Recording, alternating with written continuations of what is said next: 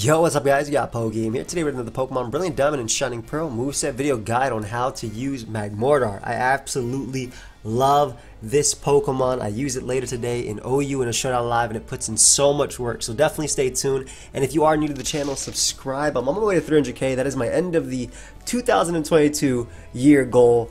And yeah, I have a lot of Pokemon content. I have moveset video guides, Showdown Lives, Wi-Fi battles, talking videos, just a whole lot of stuff coming up, and 2 to 3 videos a day.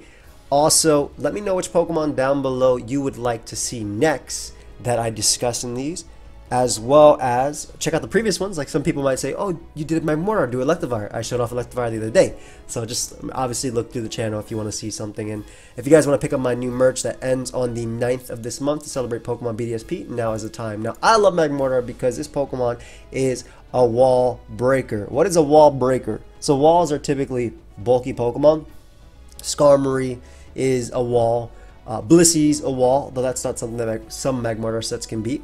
But those are like walls, right? They're tanky Pokemon, and this Pokemon is just a wall breaker. It doesn't care about Gliscor, doesn't care about Scizor, does not care about Clefable. It just doesn't care about the common Pokemon, and that's why I love it. So the first set we have is the Choice Specs set for MAGMORTAR. This is actually the one I show off later. Now, Choice Specs is going to run Timid. You can run Modest, right? Depending on where you're using this Pokemon, you can run Modest. I chose Timid specifically because it's faster than Togekiss, Mamoswine, but even if they're Jolly Breloom, most defensive Gliscors, Adamant Lucario, Timid Heatran, and basically those speed tiers were the main reason. Modest Nidoking. Basically, those speed tiers were the main reason why I chose this variation of MAGMORTAR, Timid. But you can easily run Modest if you would like to. Just depends on the speed tiers in your metagame. Modest still outspeeds Jolly Breloom, for instance, so it definitely is viable for sure. I just wanted to be able to outspeed other Pokemon like I mentioned. So with a Choice Specs, you're going to be hitting at 1.5 times the power. I like Flame Body on this Pokemon if you're using it in OU, just because you can switch it on Scizor's U-turns and burn them, or even like a Dragonite locked into Outrage. If it knocks you out, there's a 30% chance it gets burnt, or you know, Jirachi going for U-turn. Just things like that, right? So it just like allows you to potentially burn your opponent. However, you can very easily use Vital Spirit as well. Both of them are viable. Vital Spirit means you can switch into Spores from Breloom, which is pretty cool, or other grass types depending on where you're using it. Sleep Powder, Hypnosis. Basically, you won't be put to sleep. So we have Overheat as your main move. This is your hit and run attack. You're going to click Overheat when you can get off massive damage on something. Let's say Scizor's out in front of me and my opponent has a Rotom Wash in the back, or Starmie, or Gliscor. Just to note, max HP Gliscor, max special defense, oh, the 244 HP, 244 special defense Jolly Gliscor takes like 84 to 99% from specs Overheat. It's just insane how strong it is. And Flamethrower is an easy to KO on Gliscor as well. So Fizz Def also just die. So Overheat is just your hit and run, right? So if they have Scizor out and they have Starmie in the back, and let's say it's offensive Life Orb Starmie, you're doing like 70% to Starmie upon switching, and that's non-recoverable damage unless they have Recover. If they're offensive, usually they don't have Recover. So you have that. That's your hit and run. The drawback is obviously -2 special attack, which is why you have Flamethrower. Flamethrower is consistency. You could use Fire Blast, but why would I want a move that can miss on a really strong Pokemon when I already have a move that can miss that's stronger than Fire Blast via Overheat, which has more accuracy than Fire Blast anyway. So I like Flamethrower. I love the consistency. I like that. I typically, even like on Eruption Typhlosion, I'll run Eruption on Choice Specs plus Flamethrower. I don't usually need the Fire Blast because if I need the power, I go Overheat. If I need consistency, I go Fire Blast. There's no reason, Flamethrower. There's no reason to use Fire Blast in my opinion on this one, but teach their own. Thunderbolt gives you that super effective coverage versus the water types that obviously resist your Overheat and Flamethrower, but even then, like most of them, especially if they're offensive, do not like Overheat or Flamethrower. And then Focus Blast is your last move. This will allow you to hit Heatran. This will allow you to hit Tyranitar, Pokemon that can resist your other moves or just tank most of them, which both of them can easily do. So Focus Blast just lets you do that. You're also doing just some solid damage to normal type Pokemon, like Thick Fat Miltank is something that comes to mind in like lower tiers. Maybe they'll end up being the same one. Will knock out Thick Fat Mamoswine, though even Specs Overheat will knock out Thick Fat Mamoswine too. You're easily 2-hit KOing Rotom as well with Specs Focus Blast, so those are just some ideas, like some Pokemon that you can hit with that. So that's Specs, right? Now, if we go Specs, we have to go Choice Scarf as well. Now Choice Scarf obviously gives you that +1 speed tier. Some relevant Scarfers that this Pokemon outspeeds would be Scarf Breloom, which is one of them. Random Scarf Mamoswine as well is something as well. It also outspeeds a +1 Jolly Feraligatr, so a Dragonite's boosted Feraligatr. And also outspeeding a +1 Dragonite too. Though you can't hit it for super effective damage, but that is something crucial. And my dog, I don't know if you hear her, but she is messing with something on the floor. So what is that? Bring that to me. Hey, don't be avoiding me. But anyway, so Scarf, I like Fire Blast on that better just because Fire Blast has a better shot at potentially winning end games. Like if your opponent has like an Alakazam and a Gengar and you're faster than them. Okay, fine, you could have this. If your opponent has a Gengar and Alakazam, and you know Gengar is like at 70, 80%, 75% maybe, and Alakazam is at like above half, Flamethrower will not be able to knock that out. So that's where you go for the Fire Blast power on that regard, right? And then you don't want to overheat because you'll be -2, so you won't be able to knock out Alakazam after. So you have that. Now on Scarf, I actually like Lava Plume. Why? Because Lava Plume has a 30% chance to burn the opponent. And this might be like, oh, is that even worth it over Flamethrower? Think of this situation. My opponent has a Scissor out in front of me, and they have Latios, Offensive Starmie, Offensive Manaphy, whatever in the back as their resistance to that. Tyranitar, right? I can safely go for Lava Plume. Why? Because it'll knock out Scizor if they stay in. I have a 30% chance to burn Tyranitar, basically making it useless. A 30% chance to burn Starmie, Latios, or Manaphy, and this is giving me that consistent damage on them. That damage ends up wearing them down to a point where Magmortar can later clean. So that's why I kind of like Lava Plume. Just the ability to burn something is really, really nice. The secondary effect can be really, really nice. And the power isn't too much different than Flamethrower. In this regard, I like that. On the spec set, though, you want the power of Flamethrower. But then you have Thunderbolt and Focus Blast, obviously the last ones. If you land versus Tyranitar, you can Revenge Kill a Dragonite's Tyranitar off the Stealth Rock. And if no sand is up, you can always Revenge Kill them. And then Thunderbolt again for +1 for Alligator and some rain teams and things like that. So next up, we have the Mix set. Now, I do have Earthquake down there, and you do see a Timid nature. If you are using Earthquake, run Hasty. Run if you want to go like more offensively, and if you don't want to go timid, you want to go plus special attack, go mild or rash as well. That's only if you're running that. But if you're not running Earthquake, then you go timid or modest.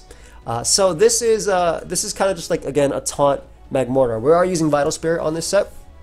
I still like Flame Body on the others just because, you know, being able to switch it on Scizor and potentially burn them, or something fast, you know, like a Scarf Staraptor knocking you out, being able to burn them is pretty cool. But this one, I like the ability to have to not be put to sleep, because even in lower tiers, this Pokemon can switch in and on things like Vileplume or just other grass types that might want to go for Sleep Powder, like, well, Tangrowth is OU, but something like that too. So, and by OU, I mean overused. For those that don't know what OU means, it's like the Smogon tiering. You can use these anywhere. I use them on Wi-Fi, and you can use them on Smogon too.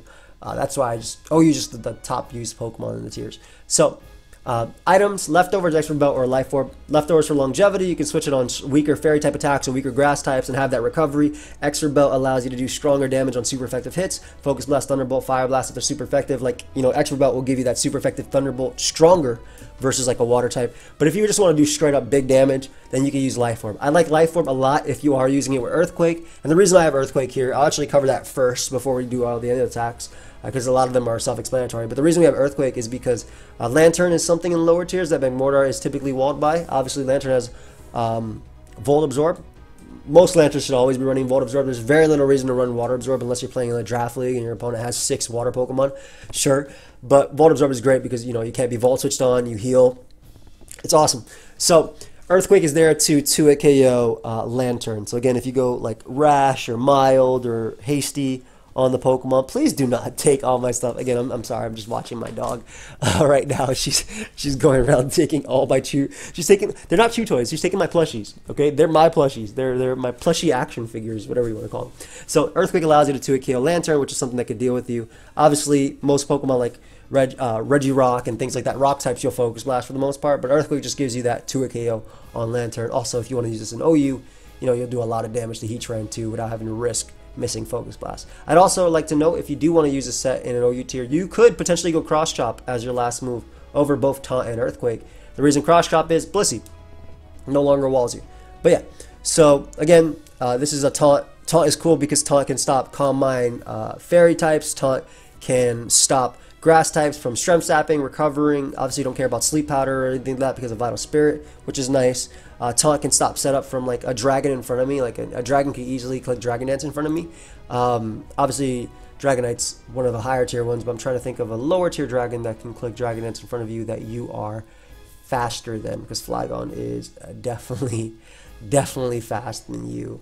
But okay, let's say let me think. Oh, okay, Adamant. No, not even Adamant. Linoon, because it could easily belly drum over you. Right, whatever, just a setup mon, okay? Just a setup mon that wants to try and set up in front of you, you can taunt them. It definitely happens. It also just lets you break through like Miltank and things like that a little bit easier. Just lower tier Pokemon I'm trying to think of. But yeah, so anything set up that's slower than you, taunt stops them from setting up. Taunt stops them from recovering. So Focus Blast, Thunderbolt, you're given Fire Blast or Lava Plume. I think Fire Blast is better if you're running Expert Belt or Life Orb. Lava Plume is pretty good if you are running Leftovers. Just because, again, that 30% chance to burn the opponent, I think goes an absolute long way, right? Just that chance to burn anything, right? Flygon comes in on you, gets burnt. So, but Fire Blast, if you're running Extra Belt or Life Orb, because you want that added power with a more offensive item. But yeah, just allows you to be a stall breaker, a wall breaker, and more annoying with this Pokemon. And again, good partners for, we have one more set to show off, but good partners, obviously Bulky Waters are fantastic. Starmie's good, not only takes the water type attacks aimed at Magmortar, and can also deal with most ground types, but also provides Rapid Spin support since Magmortar is, of course, weak to Stealth Rock, takes 25%. Ground immunities like Gliscor are cool. I like Donphin as well for the ability to Rapid Spin, but also get up Stealth Rock and also still check Pokemon like Garchomp that can be very annoying because of Ice Shard, so that's cool. Mamoswine likewise is a good partner too because being able to deal with dragons is nice, and it appreciates Magmortar dealing with Scizor. And again, lower tiers, Rapid Spinners, Claydol is something that comes to mind too. Immune to the ground type attacks aimed at Magmortar, and the resistance to the rock type attacks can set up Stealth Rock and Rapid Spin too. Last set, a little bit more fun, and I've used this a couple times, but Belly Drum, I haven't used it this generation, but I've used it in previous generations a bunch of times actually. Belly Drum Magmortar. Now, Magmortar has base 95 attack. Pretty good honestly, it's not bad. Obviously, it's overshadowed by its base 125 special attack, but base 95 attack is not bad. And with the ability to +6 that with Belly Drum, Magmortar can bring that to new heights. And on top of that, this Pokemon actually has a priority move. It learns Mach Punch. So with Mach Punch, Magmortar can actually deal with Pokemon that are faster than it. For example, if you Belly Drum up and you're at like half, especially if you took Stealth Rock and then you're at about half health, right?